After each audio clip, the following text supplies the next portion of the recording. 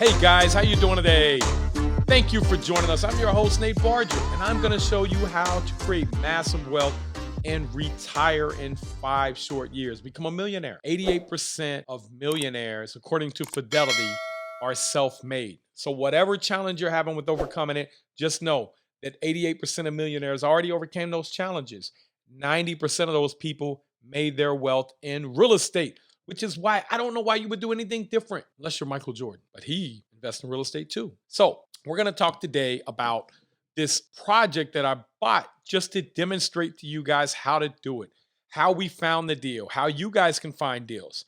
So this video is about the buy. We're talking about BRRRR, buy, renovate, rent, refinance, repeat. So we've already went through the buy. This is where we're at right now. How did I find a deal? How do you get off market deals?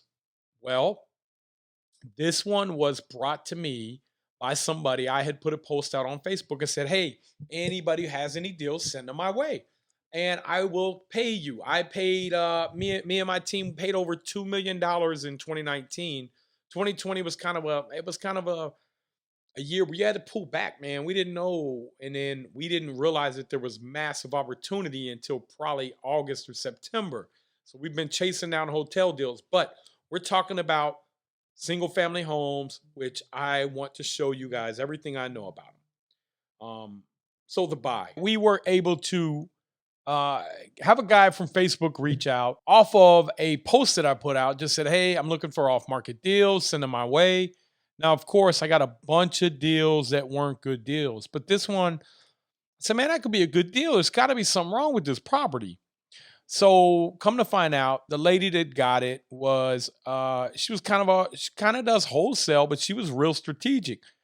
I didn't ask her, but I think she got this property for free because or for very little. She got somebody that deeded over to her.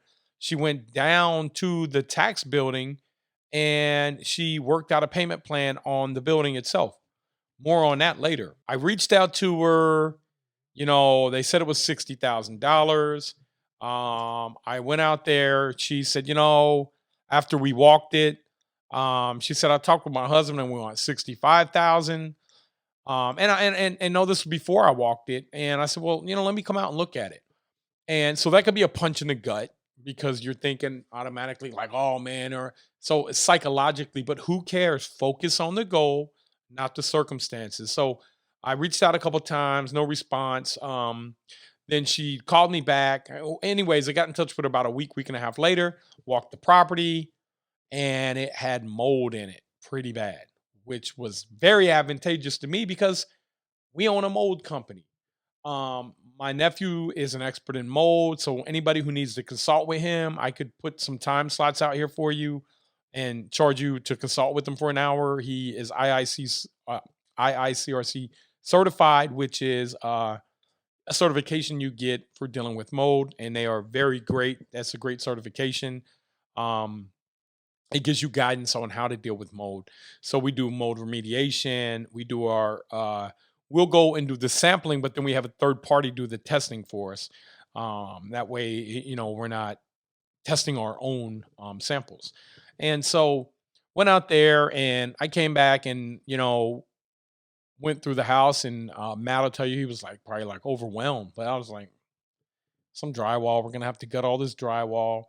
And then so we came in and I was like, man, I can't give you 65,000. I gotta pay the guy who next door who helped me find a deal $2,000. And I think she was okay with that because she was somebody who I would say wholesales properties, finds properties. She understands the value of connections and people's time. So never discount if somebody wants to make $1 million off of a deal. You shouldn't be concerned with that. Who cares? Does the deal work for you? Doesn't matter what they want to make off of it. That's one of the reasons why people bring me deals because I don't care what they're making. Does it work for me? I'm not worried about your pockets. I'm worried about mine. So we settled on 57,000, and we got the contract written up. She wanted to close quick. We said we can close in 2 weeks. Called, my partner Mike. I said, hey man, let's close on this deal. Are you on board with it? Because I don't do anything without him. Yes, he was on board. And you know, we closed, I think, within a couple weeks. But I didn't know we were going to close because I knew there were title issues on it. And anytime that there's title issues and a property sits vacant for so many years and there's taxes owed, you don't know what junior liens, what second position liens are going to come up. But what I did know was that we needed more than the $57,000 in coverage in case any of this ever comes up again. So during the contract phase, I don't remember what it was. We put down earnest money, whatever, sent it over to a title company I deal with. And my partner Mike worked on getting, lining up the funding for it, and Devontae and me worked on lining up all the contractors. But I called the title company. I said, "Hey, we're going to be putting money into this property. I don't want coverage on 57 grand. I want coverage on 120. So write me up a policy for 120." This is one of our local title companies we know that said, "Okay, no problem." They understood what we were doing. That way, if something does come back, I'm covered for the 120 and not 57,000. Watch it. You can get burnt by doing that. I know people that have.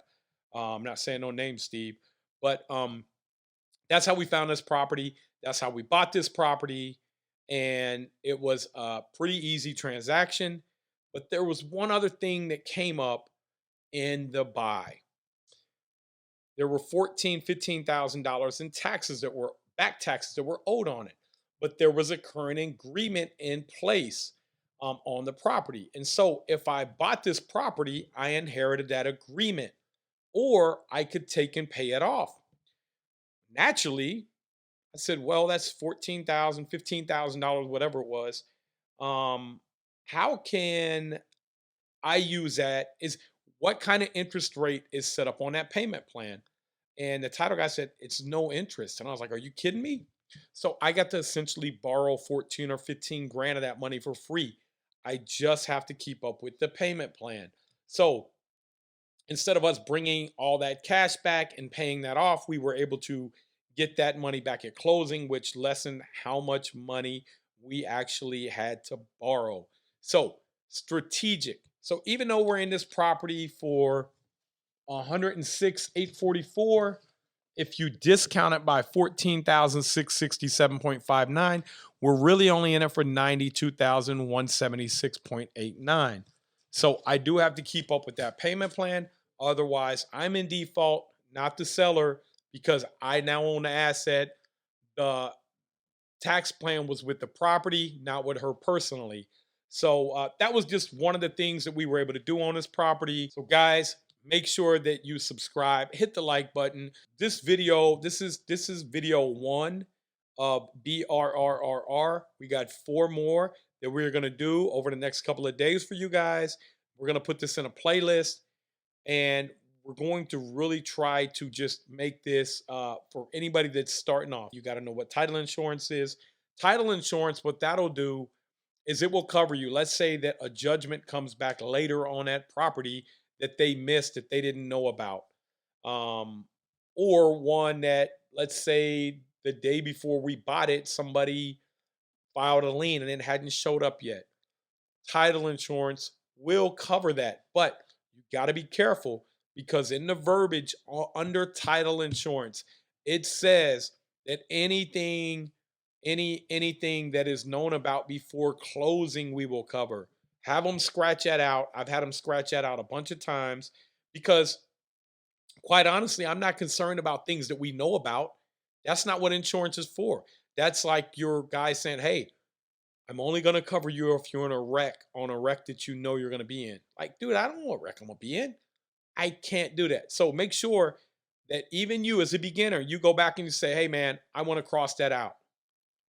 And I was blown away the first time that one of my partners told me to do that, and they took it off, because that's not real insurance. So get covered for the total amount that you're going to have in, not just for the amount you're buying it for. That way it'll cover you in case there is something that shows up later, and put you some extra money on top of that too, for your time, for your GC, for your construction management, for your designing. Your time is money. Think about your time as money. And you want to just, there's always opportunities in real estate. There's people that inherit properties that don't care.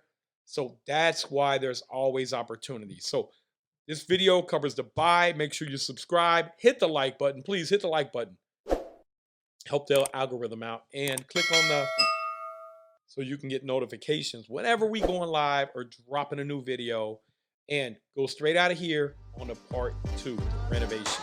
Make sure you hit the like button, subscribe to our channel, Nate Barger on YouTube, and hit the bell, and you'll be notified on any new videos that come out.